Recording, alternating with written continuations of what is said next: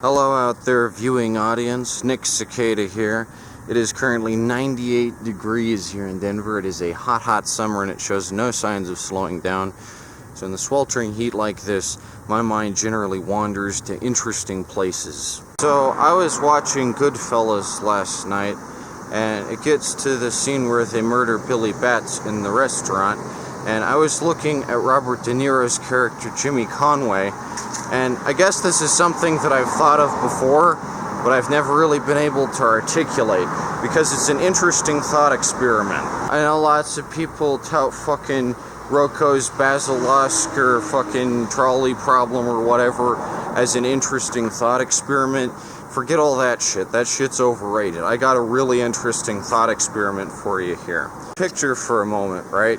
You get all the Robert De Niro characters in an empty cage. Every single Robert De Niro character that Robert De Niro has played over the course of his illustrious career, and you challenge them all for a fight to the death. They've got to battle each other until there's only one Robert De Niro standing. And the question is, which Robert De Niro wins the ultimate Robert De Niro death match? This is a really difficult question to answer. It seems pretty easy on the surface, but the more you think about every single role that Robert De Niro has played, it's like, which character is going to bring home the bacon? Which Robert De Niro is going to secure victory from the jaws of fucking defeat? Am I right? Like, obviously, the first ones to go would probably be, like, Rupert Pupkin first, because Rupert Pupkin, you know, he's a buffoon. He's not going to make it next to all the other Robert De Niros. You know, they're all punching him, they're all beating up on him. Rupert Pupkin goes first. Then I think Murray Franklin would go. You know, because Murray Franklin's pretty old, but he would go after Rupert Pupkin, because Rupert Pupkin just, like, folds like a wet napkin. But Murray Franklin holds out a little longer, I feel. The other Robert De Niros probably go down somewhere in the middle. I feel like Vito Corleone from Godfather Part 2 probably goes down somewhere in the middle. Like, he's pretty agile, but in this scenario, there's no guns available or anything. They have to fight tooth and nail. They gotta battle kicking and screaming. And it's not like an elegant mixed martial arts scenario or anything. These Robert De Niros are allowed to use any tactics that might get them the upper hand, no matter how dirty. There are no rules involved. So obviously, if you remove all the rules, then the Robert De Niros who ascribe to some perceived code of honor would probably go before the psychopathic Robert De Niros who don't ascribe to any code of honor.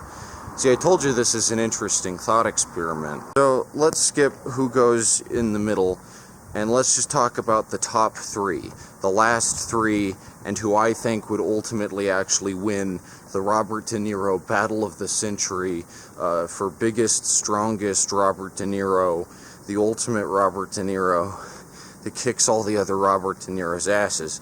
Not in terms of, like, depth or performance or anything, but just in terms of, like, raw, unbridled energy. When I first came up with this thought experiment, I thought for sure Taxi Driver is gonna be the winner, right? Taxi Driver is young Robert De Niro at his peak, very heightened physical performance, sense, and all that, and he's got big muscles. But then I realized he has his gun on his sleeve, his gun mount, and that's not really allowed under these conditions. You know, like I said, no weaponry allowed.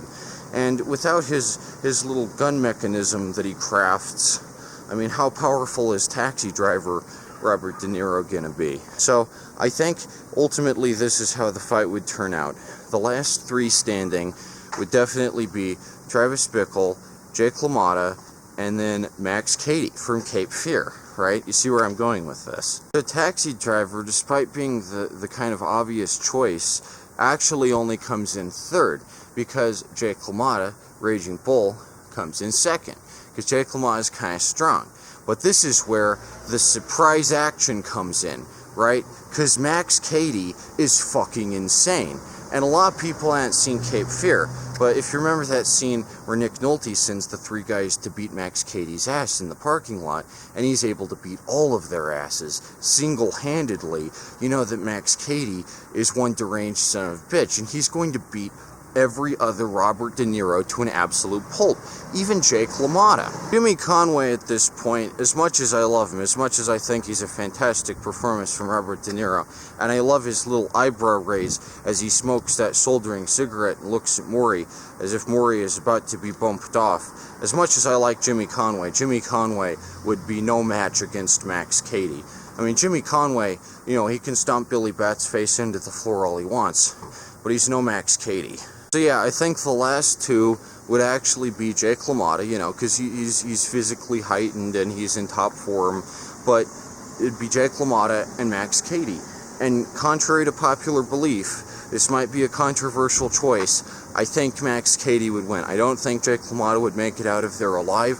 I think Max Cady, you know, because he's able to, like, use his teeth and shit. He'll use anything. He'll bite off someone's tongue if it means gaining the upper hand. So Jake LaMotta isn't walking out of there alive. Max Cady basks in the blood-stained corpses of all the other Robert De Niros lying about him, strewn around.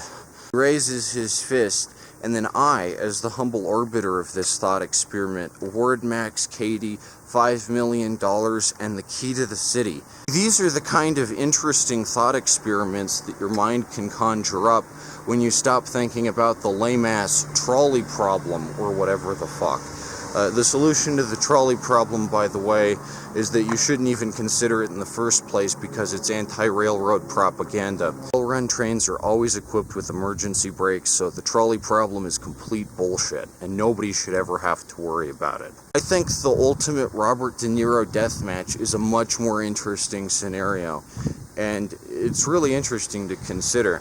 So if you have a ranking of, like, the first to go versus the last to go, the lamest Robert De Niro versus the most badass Robert De Niro, and exactly the order in which every single Robert De Niro character would lose the match, leave it down in the comments. I'd be interested to hear what you have to say regarding the efficacy and chances of every single Robert De Niro character. Think about it. These are the sorts of things that my mind gets up to, if you're wondering.